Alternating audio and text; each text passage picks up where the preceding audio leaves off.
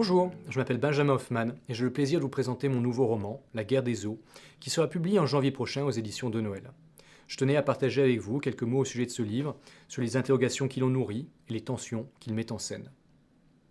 La guerre des eaux se déroule aux États-Unis durant la deuxième moitié du XIXe siècle, une période de profonds bouleversements politiques, intellectuels et scientifiques. Le roman retrace la rivalité féroce entre deux paléontologues américains, Othniel Charles March et Edward Dricon Cope, dont l'affrontement, connu sous le nom de Bone Wars ou guerre des eaux, a dépassé le cadre de la science pour devenir une lutte acharnée pour le prestige intellectuel et la domination scientifique.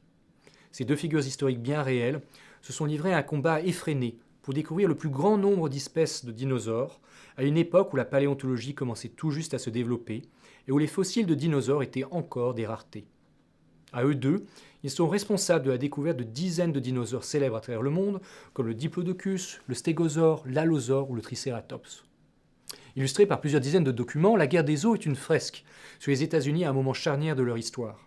Le récit se déroule à l'époque de la ruée vers l'or, de la guerre civile américaine, de la construction de la première voie ferrée transcontinentale.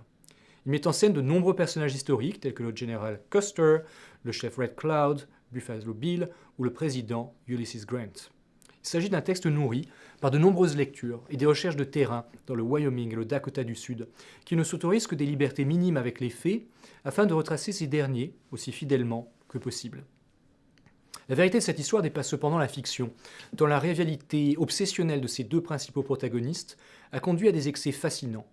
March et Cope ont consacré leur vie à leurs recherches et ont rivalisé au prix de leur fortune, de leur famille et de leur bonheur. Ils n'ont reculé ni devant l'espionnage, ni devant la trahison et la violence, ont immolé leur vie et leur réputation à cette guerre qui a duré 3 décennies et dont le lecteur verra qu'elle s'est prolongée après leur mort. Mais ce roman ne se veut pas une simple reconstitution historique.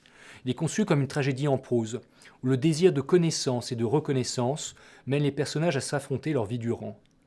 La guerre des eaux s'interroge sur la valeur ambivalente de l'obsession, une tendance psychologique inséparable de l'aspiration à la grandeur, mais aussi à l'origine de douloureux sacrifices. À la manière de John Sutter, le héros de L'Or de Sandrars, ou de Nikola Tesla, le personnage principal dans Des éclairs, des chenozes, Cope et March sont possédés par une vision grandiose qui les mène à marquer l'histoire comme à détruire leur vie. La guerre des eaux réfléchit enfin à l'extinction qui menace les espèces animales et l'humanité elle-même. À ce titre, il dialogue avec mes précédents livres, en particulier American Pandemonium et les paradoxes de la postérité, où la question de la fragilité des civilisations était centrale. À travers cette compétition effrénée pour les découvertes d'espèces disparues, c'est en effet un questionnement sur la 6e extinction massive des espèces à notre époque que j'essaye de mener, en même temps qu'une réflexion sur la précarité de l'humanité sur une planète qu'elle détruit. Je vous remercie d'avoir pris le temps de découvrir La guerre des eaux. J'espère que ce roman vous transportera dans un 19e siècle fascinant, à la rencontre de deux individus bien réels qui avaient tout de personnages de roman.